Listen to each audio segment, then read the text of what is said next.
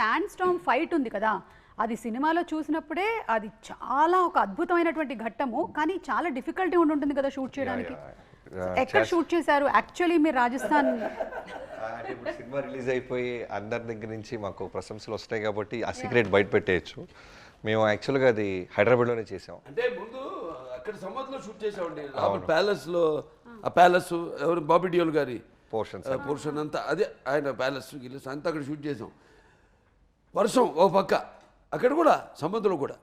సముద్రం నుంచి ఒక 550 కిలోమీటర్లంతో జైసాల్మీర్, నెక్స్ట్ పోయి అక్కడికి వెళ్ళాల్సింది షిఫ్ట్ అయ్యి. సరే సమ్మర్లో జరుగుతుందో లేదు, ఇది కూడా మళ్ళీ అక్కడ ఏదైనా మ్యాచ్ చేయాల్సి వస్తుంది హైదరాబాద్ వెళ్ళి అంటే నేను ముహూర్తాలు పెట్టేసేవాడిని. ఈరోజు ఈ టైంకి వాళ్ళు బయలుదేరమండి యూనిట్ వాళ్ళని. వర్షం పడుతుంది, బయలుదేరమండి, ఎందుకు అనేవాడు, మీకు ఎందుకు అనేవాడు. బయలుదేరి వచ్చేసేవారు. కరెక్ట్గా కెమెరా బయట పెట్టగానే వర్షం ఆగిపోయింది. మళ్ళీ మేము ప్యాకప్ అనేదాకా వర్షం పడింది కాదు. వెదర్ రిపోర్ట్ ఏమో జోర్ క్లౌడ్స్, సీజీలో డిజిటల్ ఉండేది ఇమేజెస్. బట్ బాబు ఏమో ఏం పర్లేదు బయలుదేరమనండి అనేవాళ్ళు. సరే టైం చెప్పి ఈ టైంకి యూనిట్ కెమెరా అందరు మూవ్ అవ్వండి, అసెంబ్లీ అవ్వండి వాళ్ళు వెళ్ళిపోయేవాళ్ళు బ్లైండ్గా. 1 డే అంతా జర్నీ. షిఫ్ట్ అయిన తర్వాత ఇన్ కేస్ వర్షం ఆగిపోయినా అది 7 to 8 days తీయాల్సిన ఎపిసోడ్. ఒక్కరోజు పడ్డా అది ఫుల్గా బురదైపోద్ది. సో మనం నిలబడలేము, గుర్రాలు స్లిప్ అయి పడిపోతాయి. హ్యూమన్స్ అయితే అట్లీస్ట్ వీ కెన్ ట్రై. గుర్రానికి ఏంటంటే స్లిప్పరీ ఉంటే ఫస్ట్ పడిపోయేది పాప horses. So we can't take chances. వెంటనే ఏం చేసాం, హైదరాబాద్ వచ్చి మా ఆర్ట్ డైరెక్టర్ అవినాష్ కోల్లా గారికి అక్కడి నుంచి కాల్ చేసాం, నేను డిఓపి గారు. వెంటనే ఆయన లేదు మీరేం టెన్షన్ పడద్దు, మీకు అదే ఫీల్ ఇస్తాను, మీరు ఇక్కడ రండి అన్నారు. వచ్చిన తర్వాత ఇక్కడి నుంచి రామోజీ ఫిల్మ్ సిటీ నుంచి కొంచెం దూరం వెళ్ళిన తర్వాత we found one beautiful location. So అక్కడ అవినాష్ కోల్లా గారు ఆర్ట్ డైరెక్టర్ ఏం చేశారంటే, ఆ సముద్రంలో ఇసుక ఉంటుంది చూసారా, అవి చాలా లారీలు ఇసుక తీసుకొచ్చి ఫుల్గా పరిచి సో మీ కెమెరా పెడితే లోలో కంప్లీట్గా మీకు ఆ రాజస్థాన్ ఫీల్ వస్తుంది. సృష్టికి ప్రతి సృష్టి చేసాం చేసి సీజీ సపోర్ట్, యుగంధర్ గారి సపోర్ట్ తీసుకొని ఫుల్ ఆ డ్రై మౌంటైన్స్ అన్ని అరేంజ్ చేసి విజయ్ కార్తిక్ అనే లెన్సెస్ కెమెరామెన్. సో ఈ అందరం కలిసి బెస్ట్ విజువల్ ఇవ్వాలి. రోజున చాలా మంది నాకు డైరెక్టర్స్ కాల్ చేసి అడిగారు, రాజస్థాన్లో ఎక్కడ తీశారు ఆ డెజర్ట్? మేము అక్కడ తీయలేదు.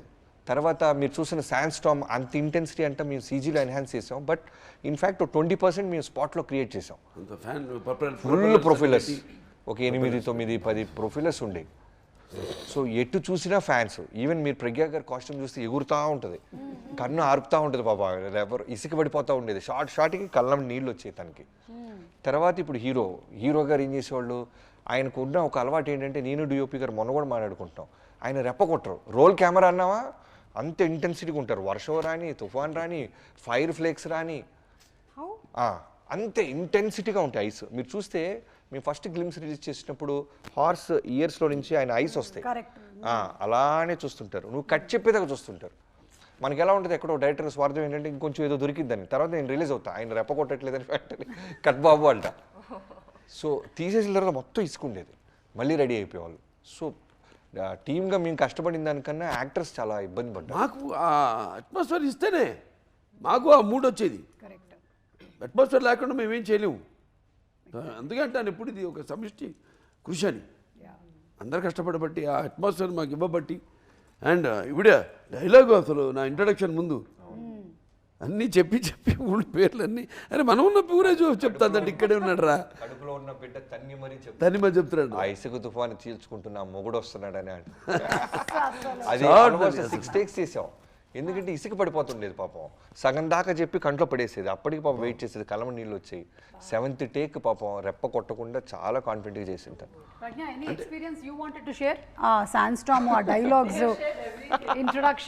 But it was very tough, but it was really worth it. I knew we are creating something really special, extraordinary, and I truly felt like, I don't want to say too much, but it really felt like we're shooting for some Hollywood film or something. You know, when I would see the visuals, I would obviously cry. I'm like, Vijay, please, little less propeller, because it's going straight into my eyes, you know. So how do I look into the camera and talk when this sand coming like? You have to practice with Balakrishna sir. how to look Oh, straight. he's superhuman. I can't. He's something else. He's not human. When he's in front of the camera, now something happens to him. I don't know him there. He's that. Vijay sir is like, I'm already in torture. It's going eyes, nose, mouth. I'm opening my mouth. It's going in my mouth. It's everywhere. Okay, I'm full of dust. Okay. Then I come and I remove, like, dust it off, and I do this next take. Then he comes close to me. I'm like, now what is the problem? What he wants to add or remove? He's like, call the makeup artist, put some sand particles in the lashes to look authentic. I am like, ayyo, means so much detail. It's a tight close-up. He's like, can we have some here? I'm like, if it remains after that blower and propeller, it will remain.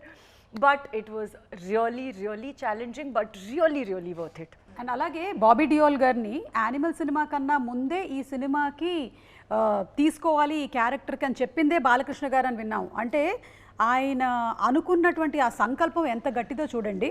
Bobby Deol గారు almost చాలా phase of his career చాలా stagnate అయిపోయి ఉన్నటువంటి టైంలో డాకు మహారాజ్కి ఆయన్ని black చేశారు first, then animal happened అని ఇక ఆయన తిరిగి చూసుకోనక్కర్లేదు.